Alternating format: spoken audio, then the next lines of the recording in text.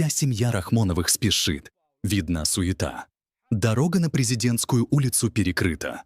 Дом Хасана находится 2 домами выше дома Рахмонова. Улица, за бывшей чайханой, Рохат полностью занята Рахмоновым и его семьей. Даже тюрьма номер 1, располагавшаяся рядом с СИЗО в Душанбе и недалеко от дома Хасана, была снесена и перенесена в Вагдад, а на месте тюрьмы, где пролилась кровь тысяч невинно убиенных, Авлод или семейка строит дворец. В советские годы и некоторое время спустя на той же улице, за бывшей чайханой Рахат, располагалась гастроэнтерологическая больница. Рахмонов также перенес больницу в другое место и уже несколько лет строит на ее месте дворец.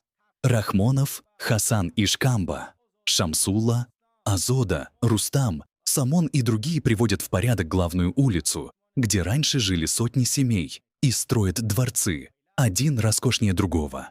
Они даже соревнуются друг с другом в строительстве дворцов.